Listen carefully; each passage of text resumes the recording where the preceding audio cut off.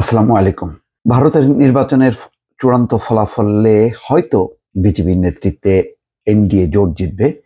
কিন্তু আমাদের জন্য একটি ভালো খবর হচ্ছে পশ্চিমবঙ্গে বিজেপির একেবারেই ভরাডুবি।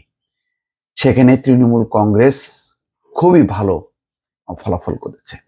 অথচ বুথ ফেরত জরিপে বলা হচ্ছিল যে এবার তৃণমূল কংগ্রেসের ভরাডুবি হবে, মাত্র 11টি-12টি আসন পাবে আর বিপুল আসন পাবে হচ্ছে বিজেপি। এমনটাই পূর্বাভাস দেওয়া হচ্ছিল যে 30-32টি আসন। এখন একেবারে উল্টে গেছে। এখন পর্যন্ত যেটা কিছুক্ষণ আগে দেখলাম টেলিভিশনের সম্প্রচারে কলকাতার, সেখানে দেখা যাচ্ছে যে 32টা আসন ইতিমধ্যে তারা পেয়ে গেছে তৃণমূল কংগ্রেস, 12টি আসন বিজেপির, আর কংগ্রেসের 1টি আসন। তো এখন পর্যন্ত যেটা মানে 42টা আসনের 33টা আসনে এগিয়ে আছে, 32টা আসনে ইতিমধ্যে ফলাফল হয়ে গেছে যে তৃণমূল কংগ্রেসের। তো এটাই হচ্ছে সবচেয়ে আশাব্যঞ্জক খবর। এখানে বলা হচ্ছে বিজেপি 42টা আসনের মধ্যে 12টিতে তারা আছে, অর্থাৎ গতবার পেয়েছিল 18টি, এখন পাচ্ছে তার অর্ধেক। তার মানে একেবারেই ভরাডুবি। আরো অনেকগুলো রাজ্যে তাদের ভরাডুবি হয়েছে। মানে এটা মানে সাংঘাতিক রকম একেবারে আপসেটিং ব্যাপার, যেটা বিজেপির এখন অফিসে, কেন্দ্রীয় অফিসে বা নেতা কর্মীদের মধ্যে চরমভাবে একটা হতাশা নেমে এসছে। এখন পর্যন্ত কোনো ফল ঘোষণা করা হয়নি, কিন্তু 1/3 গণনা শেষ হওয়ার পরে যে চিত্র পাওয়া গেছে তার ভিত্তিতে তৃণমূল কংগ্রেসের সমর্থকরা ইতিমধ্যে বিজয় উৎসব শুরু করেছেন। কলকাতা শহরে এখনো তারা রাস্তায় না বেরোলেও রাজ্যের জেলাগুলোয় তৃণমূলের রং সবুজ আবির পরস্পরকে মাখিয়ে এবং স্লোগান দিয়ে তাদের উচ্ছ্বাস প্রকাশ করতে দেখা যাচ্ছে। অন্যদিকে সিপিআইএম এই মুহূর্তে কোনো আসনে এগিয়ে নেই।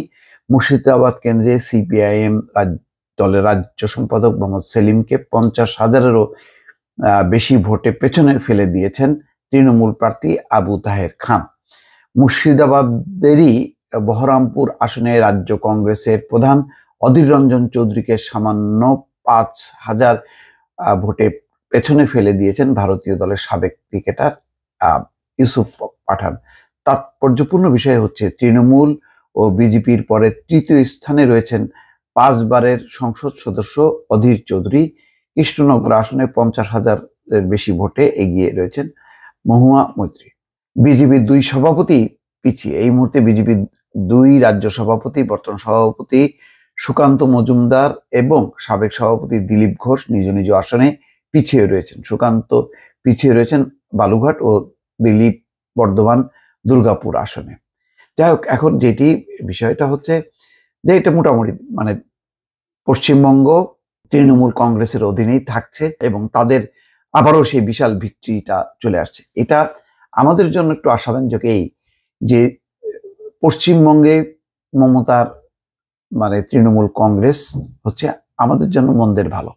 মন্দের ভালো অর্থে এই অর্থে যে তিস্তা ব্যারেজের ব্যাপারে বা তিস্তা বাঁধের ব্যাপারে তৃণমূল কংগ্রেসের যে নেত্রী মমতা, তার বাধার কারণে তিস্তা চুক্তি হচ্ছে না। এটা আমাদের জন্য নিঃসন্দেহে একটা দুঃসংবাদ। কিন্তু সুসংবাদটা হলো সামগ্রিকভাবে যদি পশ্চিমবঙ্গে বিজেপির উত্থান হতো তাহলে বাংলাদেশে সাম্প্রদায়িক অশান্তি দেখা দিত। কেননা পশ্চিমবঙ্গ আর বাংলাদেশ হচ্ছে লাগোয়া। ওই অঞ্চলে যত বেশি সাম্প্রদায়িক সম্প্রীতি থাকবে তত বেশি বাংলাদেশেও তার প্রভাব থাকবে। যদি সাম্প্রদায়িক উত্তেজনা পশ্চিমবঙ্গে বিজেপির কারণে তৈরি হয় তাহলে তার প্রভাব পড়বে বাংলাদেশে।